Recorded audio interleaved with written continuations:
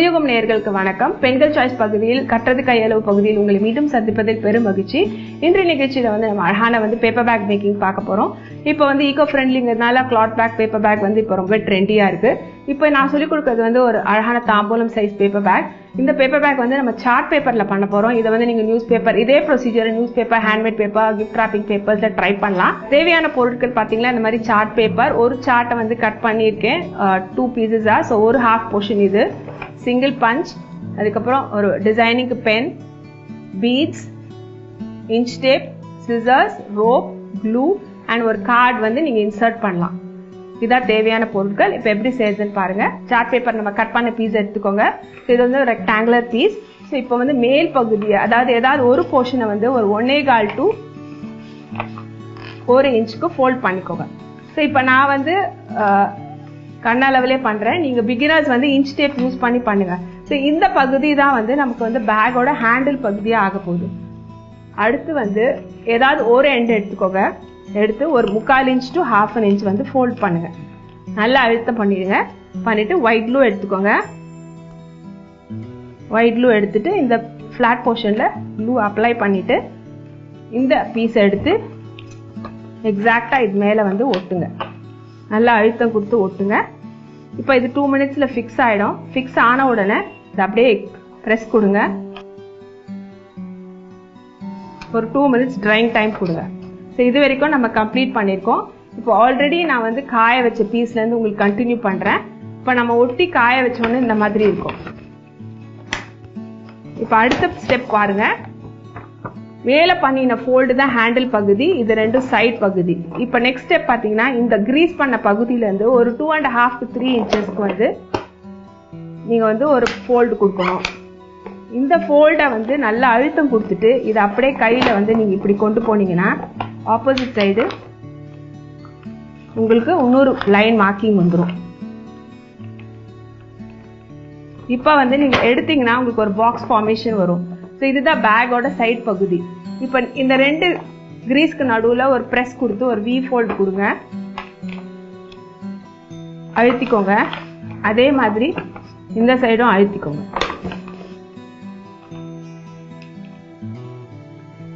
So உங்களுக்கு பேக்கோட side பகுதி வந்துருச்சு. இப்போ நெக்ஸ்ட் நம்ம பண்ண போகிறது பேக்கோட பேஸ். பேஸ் பண்ணும்போது பார்த்தீங்கன்னா நீங்கள் இந்த சைடில் எவ்வளோ அகலம் எடுத்துருக்கீங்களோ அதே அகலம் தான் நீங்கள் கீழ்ப்பகுதிக்கு ஃபோல்ட் பண்ணணும். ரஃப்லி இந்த மாதிரி ஃபோல்ட் பண்ணிக்கோங்க. ஃபோல்ட் பண்ணிவிட்டு இந்த கார்னர்ஸ் எல்லாம் நல்லா க்ரீஸ் பண்ணிக்கோங்க. க்ரீஸ் பண்ணி முடிச்சுட்டு ஓப்பன் பண்ணிக்கோங்க. ஓப்பன் பண்ணிவிட்டு பார்த்தீங்கன்னா உங்களுக்கு ஒரு ஸ்ட்ரெயிட் லைன் இருக்கும். இந்த ஸ்ட்ரெயிட் லைனை கான்சென்ட்ரேட் பண்ணி உங்கள் 2 ஃபிங்கர்ஸை உள்ளே வச்சு ஃபோல்டு கொடுங்க. அதே மாதிரி இந்த பக்கமும் இந்த ஸ்ட்ரெயிட் லைனை நல்லா கான்சென்ட்ரேட் பண்ணிவிட்டு இந்த மாதிரி ஃபோல்டு கொடுங்க. இப்போ பார்த்தீங்கன்னா இந்த மாதிரி வரும். இதை ஃப்ளாட்டன் பண்ணுங்க. ஃப்ளாட்டன் பண்ணிவிட்டு நல்லா அட்ஜஸ்ட் பண்ணிக்கோங்க. சப்போஸ் நீங்கள் ஏதாவது ஹெவி ஆப்ஜெக்ட்ஸ் வைக்கிறீங்கன்னா ஒரு பீஸ் ஆஃப் அட்டை வச்சுட்டு நீங்கள் ஃபோல்ட் பண்ணலாம். அப்படி இல்லைன்னா நீங்கள் லைட் ப்ராடக்ட்ஸ் போட போகிறீங்கன்னா நீங்கள் அப்படியே கூட ஃபோல்ட் பண்ணலாம். இப்போ பார்த்தீங்கன்னா நம்மளுக்கு பேஸ் எக்ஸாக்டாக க்ளோஸ் ஆகுது. இப்போ நீங்கள் ஸ்டிக் பண்ணணும். க்ளூ போட்டு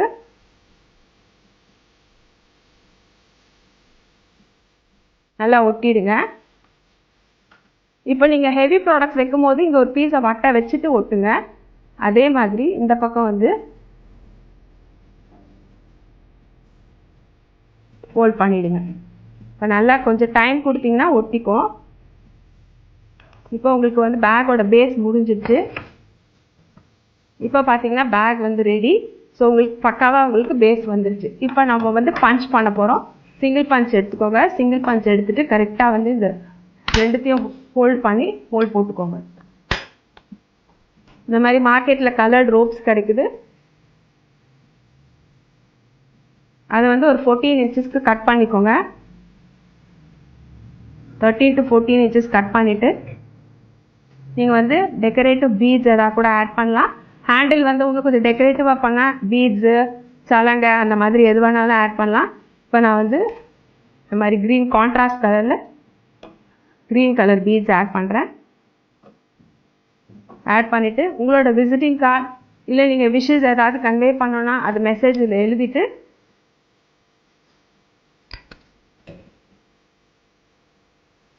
இதில் போட்டுட்டு நீங்கள் திரும்ப 2 பீட்ஸ் போட்டு நீங்கள் ஹேங் பண்ணிக்கலாம்.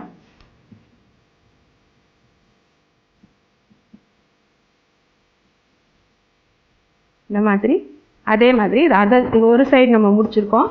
அதே மாதிரி அடுத்த சைடு நம்ம கம்ப்ளீட் பண்ணோம். ஸோ இந்த சைடு நம்ம வந்து 4 க்ரீன் பீட்ஸ் போட்டிருக்கோம். இந்த சைடு 4 ரெட் பீட்ஸ் போடுறேன். போட்டு நீங்கள் கம்ப்ளீட் பண்ணலாம். ஸோ இப்போ நீங்கள் நியூஸ் பேப்பர்லலாம் இந்த மாதிரி பேக் ரெடி பண்ணும்போது நீங்கள் சணல் கயிறை வந்து ரோப்பாக யூஸ் பண்ணுங்கள். நீங்கள் வந்து சாட்டின் ரிப்பனு கூட ரோப்பாக யூஸ் பண்ணலாம். நீங்கள் ஹேண்ட்மேட் பேப்பரில் பண்ணும்போது இன்னும் கொஞ்சம் டைம் ஆகும் ஒட்டுறதுக்கு, ஏன்னா ஸ்ட்ராங்காக இருக்கிறதுனால. இப்போ நான் வந்து பேக் வந்து ரெடி ஆயிடுச்சு. இந்த டிசைனிங் எப்படின்னு உங்களுக்கு காட்டுறேன்.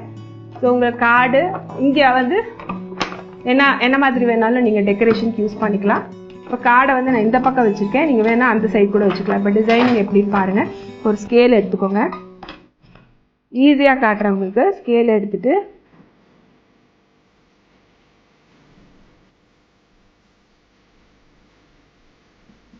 ஜஸ்ட் ஒரு ஸ்ட்ரெயிட் லைன் போட்டுக்கோங்க. ஸ்ட்ரெயிட் லைன் போட்டுட்டு நிறைய பாக்ஸஸ் போட்டுக்கோங்க. நீங்கள் வந்து மார்க்கர் பென்ஸ், ஸ்கெட்ச் பென்ஸ் எது வேணாலும் யூஸ் பண்ணலாம். இந்த மாதிரி போட்டுட்டு நீங்கள் வந்து இந்த மாதிரி குட்டி குட்டி லைன்ஸு அந்த மாதிரி ஆட் பண்ணிகிட்டே வரலாம்.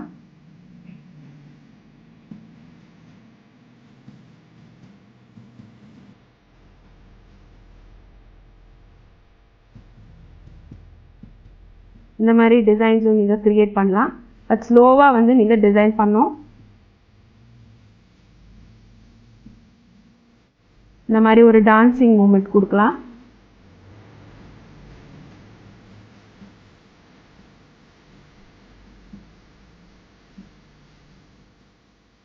கண்டினியூஸாக போட்டுகிட்டே வந்தீங்கன்னா உங்களுக்கு ஃபில் பண்ணி முடிக்கும் போது இந்த மாதிரி வந்து உங்களுக்கு ஃபார்மேஷன் வரும்.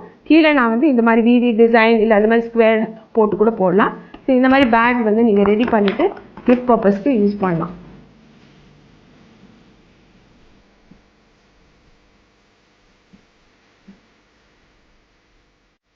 இன்றைக்கி நீங்கள் பார்த்த பேப்பர் பேக் டிசைனிங் வந்து உங்களுக்கு ரொம்ப யூஸ்ஃபுல்லாக இருந்திருக்கும். ட்ரை பண்ணி பாருங்கள். அடுத்த நிகழ்ச்சியில் வந்து வேறொரு இன்ட்ரெஸ்டிங் அண்ட் யூஸ்ஃபுல்லான கிராஃப்ட் உங்களை சந்திக்கிறேன். நன்றி, வணக்கம்.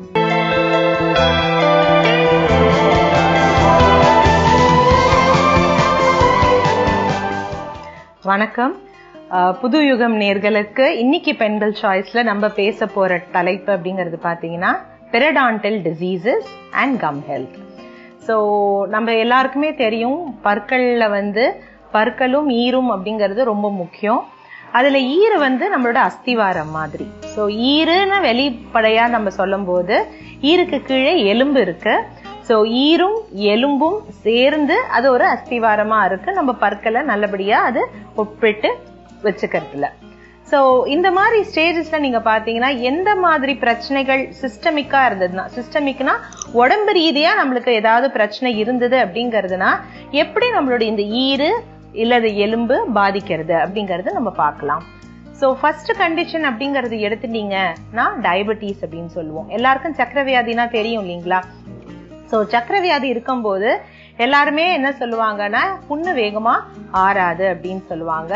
ஈறு பிரச்சனைகள் இருக்கும் அப்படிங்கறத சொல்லுவாங்க. ஏன் அப்படிங்கறதுனா அந்த ஈருல புரோட்டீன் இருக்கு. அந்த புரோட்டீன் வந்து பெரிடான்டல் லிகமெண்ட் வழியா, அதாவது அந்த ஃபைபர்ஸ் வழியா அந்த பல்ல அப்படியே பிடிச்சிட்டு இருக்கும்.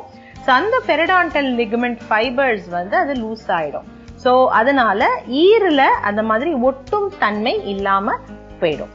ரெண்டாவது வந்து பாத்தீங்கன்னா ஈறு இறங்க இறங்க எலும்பும் சேர்ந்து இறங்கி பல்லுக்கு வந்து லூஸ் கொடுத்துரும். ஸோ பல்லு வந்து ஆட தொடங்கும் போது பல்லு தானாவே விழலாம்.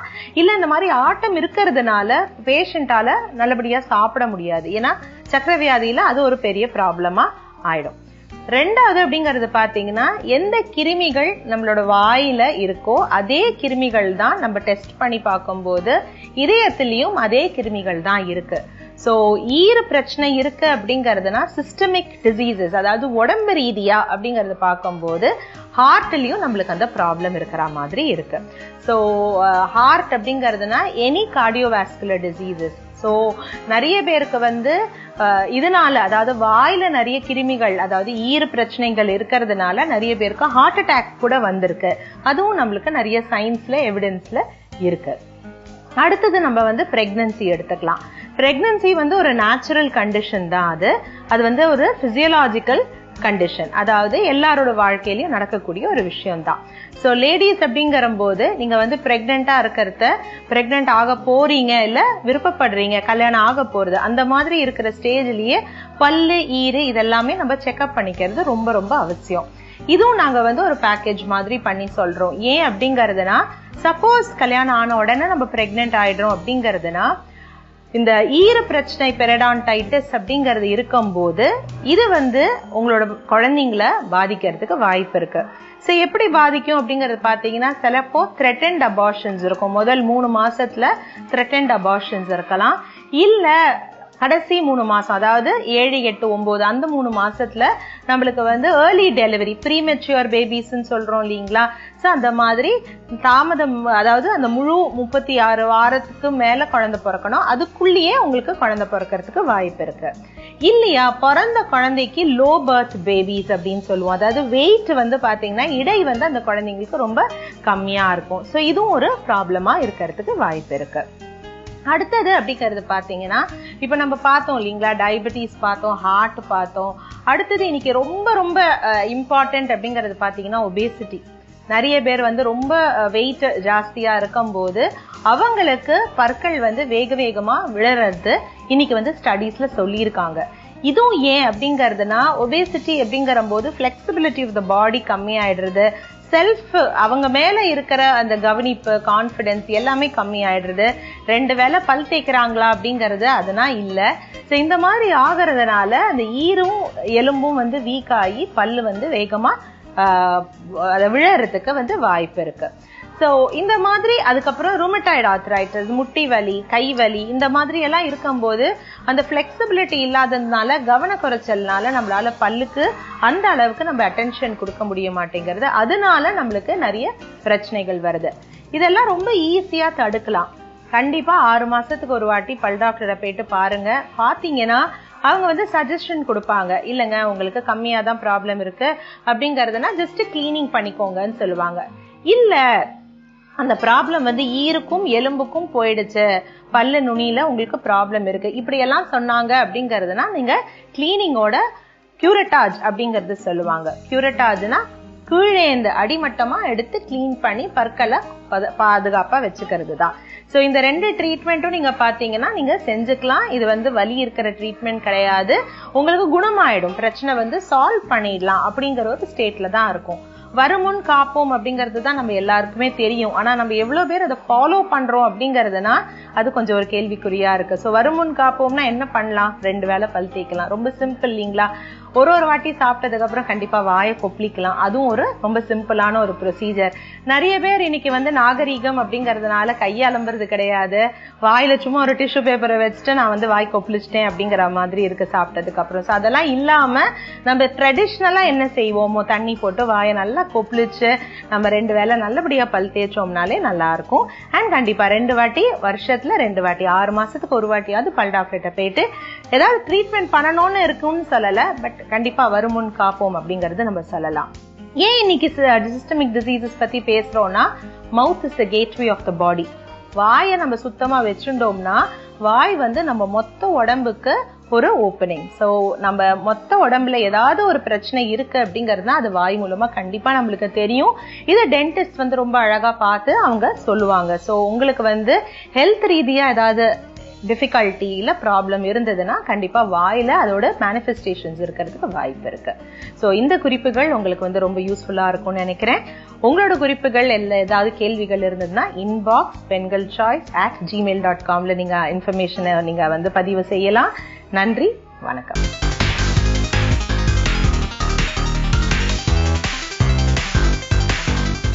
இன்னைக்கு பண்ண போற செக்மெண்ட்ல வந்து நம்ம வந்து Zumba song never give up அப்படின்ற ஒரு சாங் பண்ண போறோம். இது வந்து ரொம்ப ரொம்ப சிம்பிள் ஸ்டெப்ஸ், யாரு வேணாலும் பண்ணலாம்.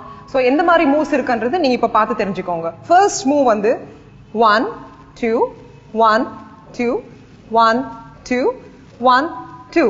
நெக்ஸ்ட் இந்த பக்கம் 1 2 1 2 1 2, 1 and 2. Next, 1, 2, 3, 4. 1, 2, 3, 4.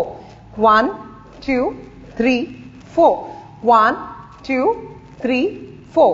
அடுத்தது வந்து 1, 2, 3, 4.